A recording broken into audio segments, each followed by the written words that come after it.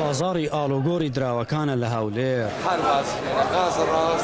نرخی دیناری عێراقی بەرامبەر بە دۆلار هەر لە دابەزیندایە.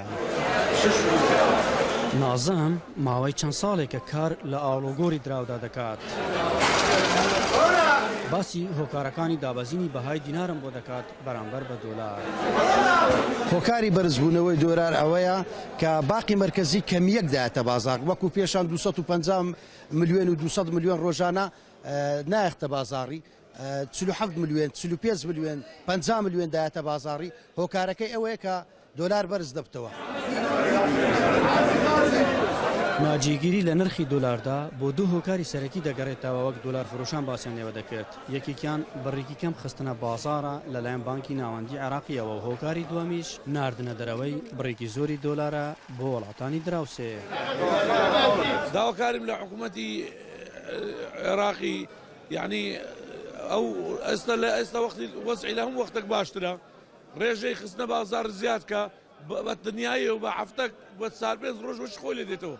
ئێستا هەموو خەرق لە قەلەق و دڵە ڕاوشەیە هەتا بە حکوومەتی هەرێمش داوا دەکەم یعنی ئینتیفاقەشی وا بکەن لەو فترەیە بە هەردوو لە باخەکانیان دۆلار بخنەوە بازار ئەو وەزعە نەتەقیتەوە چکە وەزعەکە تێکسی وەکووە وڵاتانەمان لێبێ بە حیاتی پێیان چانابی.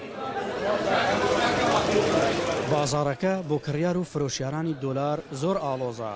خەڵکێکی زۆر لەم بازارەدا تووشی زەرەر و زیان هاتووە. ئەمە ڕۆژانە کڕین و فرۆشتن بەو دراوەی دەکەن. ئەو دراوەش یعنی زۆر کاریگەری لەسەرمان کردێ وەڵی خەو و خۆراکی لێ حرام کردینە یعنی دەبینی سعرەکە ئێستا و دقەی لەگەرەتومەت ئەتا دەکشێمەوە پاش سعرەکە دەگۆڕدرێتن یعنی زۆر سەرقاڵی کردینە ئەگەر ئەو سعرە مستەقڕبی هەموو هاوڵاتیەکی هەرێمی کوردستان و عێراق تێیدا سوودمەند دەبی ئاسوودە دەبیت.